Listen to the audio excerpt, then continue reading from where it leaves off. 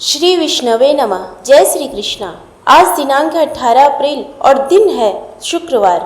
आज हम सुनेंगे वैशाख मास महात्म्य के छठे दिन की कथा। इस कथा में तुलसी दल और अश्वत्थ की महिमा तथा वैशाख महात्म्य के संबंध में 3 प्रेतों के उद्धार की कथा का वर्णन है। तो आइए श्रवण करते हैं।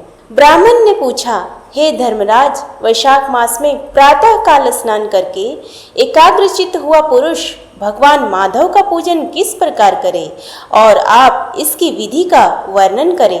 धर्मराज ने कहा, हे ब्राह्मण, पत्तों की जितनी जातियां हैं उन सब में तुलसी भगवान श्री विष्णु को अधिक प्रिय है। पुष्कर आदि जितने तीर्थ हैं, गंगा आदि जितनी नदियां हैं तथा वासुदेव आदि जो जो देवता हैं वे सभी तुलसी दल में निवास करते हैं। अतः तुलसी सर्वदा और सब समय भगवान श्री विष्णु को प्रिय हैं। कमल और मालती का फूल छोड़कर तुलसी का पत्ता ग्रहण करें और उसके द्वारा भक्ति पूर्वक माधव की पूजा करें। उसके पुण्य फल का पूरा पूरा वर्णन करने में शेष भी समर्थ नहीं है। जो बिना स्नान किए ही देव कार्य या पितृ कार्य के लिए तुलसी का पत्ता तोड़ता है उसका सारा कर्म निष्फल हो जाता है तथा वह पंचगव्य पान करने से शुद्ध होता है। जैसे हरे बहुतेरे रोगों को तत्काल हर लेती है, उसी प्रकार तुलसी दरिद्रता और दुख भोग आदि से संबंध रखने वाले अधिक से अधिक पापों को भी शीघ्र ही दूर कर देती है। तुलसी काले रंग के पत्तों वाली हो या हरे रंग की, उसके द्वारा श्री मधुसूदन की पूजन करने से प्रत्येक मनुष्य विशेषतः भगवान का भक्त नर से नारायण हो जाता है। जो पूरे वैशाख भर तीनों संध्याओं के समय तुलसी दल से मधुहंता श्री हरि का पूजन करता है उसका पुनः इस संसार में जन्म नहीं होता। फूल और पत्तों के न मिलने पर अन्न आदि के द्वारा धान, गेहूं, चावल अथवा जौ के द्वारा भी सदा श्री हरि का पूजन करे। तत्पश्चात सर्वदेवमय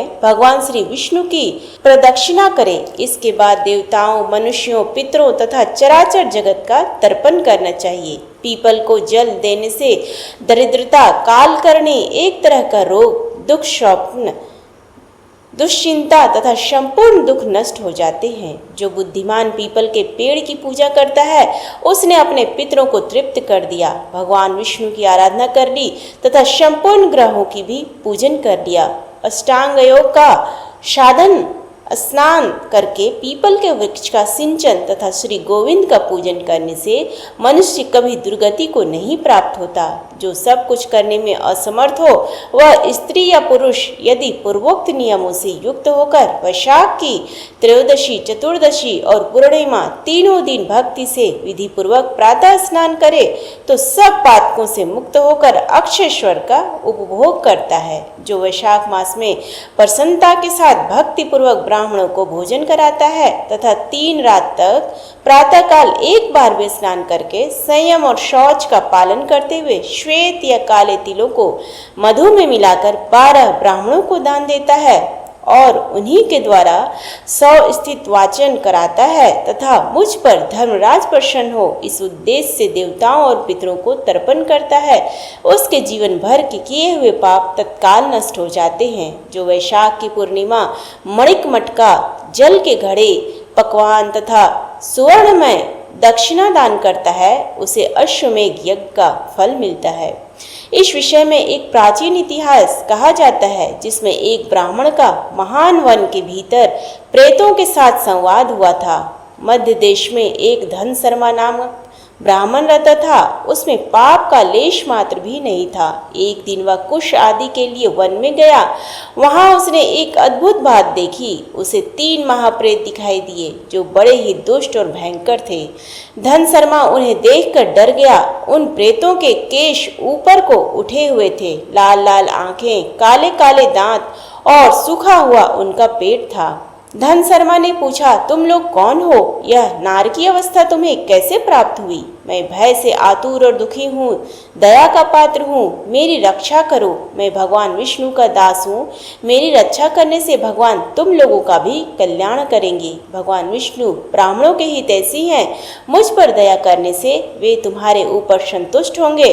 श्री विष्णु का अलसी के पुष्प के समान श्याम वर्ण है, वे पीताम्बरधारी हैं, उनका नाम श्रवण करने मात्र से सब पापों का क्षय हो जाता है। भगवान आदि और अनंत से रहित शंख चक्र एवं गदा धारण करने वाले अविनाशी कमल के समान नेत्रों वाले तथा प्रेतों को मोक्ष प्रदान करने वाले हैं। यमराज कहते हैं, हे ब्राह्मण, भगवान विष्णु का नाम सुनने मात्र से वे पिशाच संतुष्ट हो गए, उनका भाव पवित्र हो गया, वे दया और उदारता के वशीभूत हो गए। ब्राह्मण के कहे हुए वचन से उन्हें बड़ी प्रसन्नता हुई थी। उसके पूछने पर वे प्रेत इस प्रकार बोले। प्रेतों ने कहा, हे विप्रवर, तुम्हारे दर्शन मात्र से तथा भगवान श्री हरि का नाम सुनने से हम इस समय दूसरे ही भाव को प्राप्त हो गए, हमारा भाव बदल गया, हम दयालु हो गए। वैष्णव पुरुष का समागम निश्चय ही पापों को दूर भगाता है, कल्याण से संयोग कराता तथा शीघ्र ही यश का विस्तार करता है।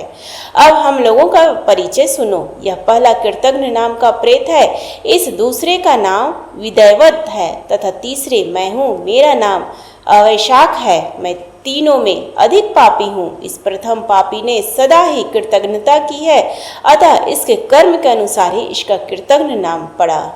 ब्राह्मण या पूर्व जन्म में सुदास नामक द्रोही मनुष्य था, सदा कृतज्ञता किया करता था, उसी पाप से यह इस अवस्था को पहुंचा। अत्यंत पापी, धूर्त तथा गुरु और स्वामी का अहित करने वाले मनुष्य के लिए भी पापों से छूटने का उपाय है, परंतु कृतज्ञ के लिए कोई प्रायश्चित नहीं है। इस दूसरे पापी ने देवताओं का पूजन किए बिना ही सदा अन्न भोजन किया है, इसने गुरु और ब्राह्मणों को कभी दान नहीं दिया है, इसीलिए इसका नाम विदैवत हुआ है। यह पूर्व जन्म में हरिवीर नाम से विख्यात राजा था, 10,000 गांवों पर इसका अधिकार था।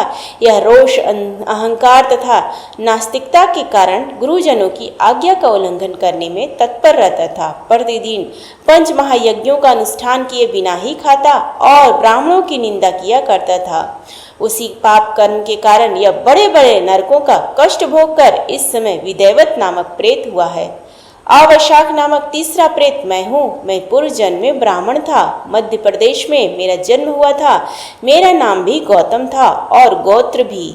मैं वासपुर गांव में निवास करता था। मैंने वैशाख मास में भगवान माधव की प्रसन्नता के उद्देश्य से कभी स्नान नहीं किया, दान और हवन भी नहीं किया। विशेषतः वैशाख मास से संबंध रखने वाला कोई कर्म नहीं किया। वैशाख में भगवान मधुसूदन का पूजन नहीं किया तथा विद्वान पुरुषों को दान आदि से संतुष्ट नहीं किया। वैशाख मास की एक भी पूर्णिमा को जो पूर्ण फल प्रदान करने वाली है, मैंने स्नान, दान, शुभ कर्म, पूजा तथा पुण्य के द्वारा उसके व्रत का पालन नहीं किया। इससे मेरा सारा वैदिक कर्म निष्फल हो गया।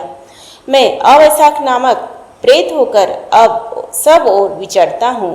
हम तीनों के प्रेत योनि में पड़ने का जो कारण है वह सब मैंने तुम्हें बता दिया। अब तुम हम लोगों का पाप से उद्धार करो, क्योंकि तुम विप्र हो। हे ब्राह्मण, पुण्यात्मा साधु पुरुष तीर्थों से भी बढ़कर हैं, वे शरण में आए हुए महान पापियों को भी नरक से तार देते हैं।